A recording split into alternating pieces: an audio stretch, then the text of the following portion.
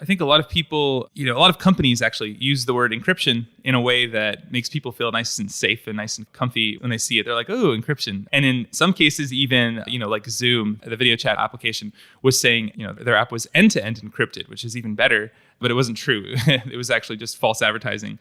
And so, it's really worth looking into what exactly people mean when they say things are encrypted and to really understand the distinction, and especially even the difference between encryption and end-to-end encryption.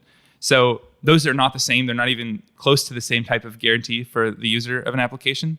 So I'll just quickly explain the difference in case people aren't familiar. So you can think of encryption like a lock, right? And let's take the case of Dropbox. So, Dropbox stores your files. You send them to them over an encrypted HTTPS connection. So eavesdroppers on the network can't see the data. Once the data arrives to Dropbox, though, of course, they can see the data you sent them.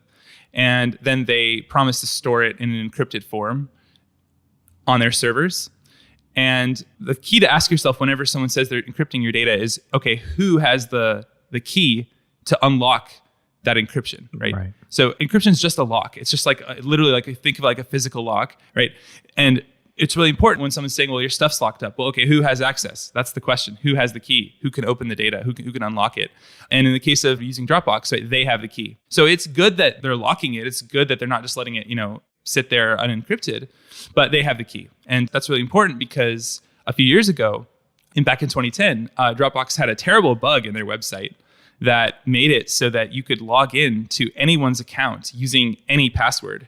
They just forgot to check the password, make sure the password was correct. So any string would let you in to that account. This was a real bug for 4 hours. You could just get into any accounts.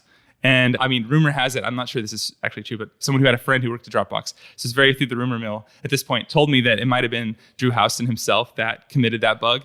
It's poetic. It makes a good story, at least, even if it's not true. It's through 2 people, so take it with a grain of salt. But anyway, that was a real bug that they shipped. And of course, that's only possible, right? Because they have the key to your files. So you're trusting them to do a good job with it. And, most of the time they do. But there's all these risk factors that come from giving that access out to other people. So if your data is encrypted and someone else has the key to unlock it, then, it's not truly fully in your control. And so that's what end-to-end encryption is about. It's about, doing that encryption in a way that you are the only one that has the key.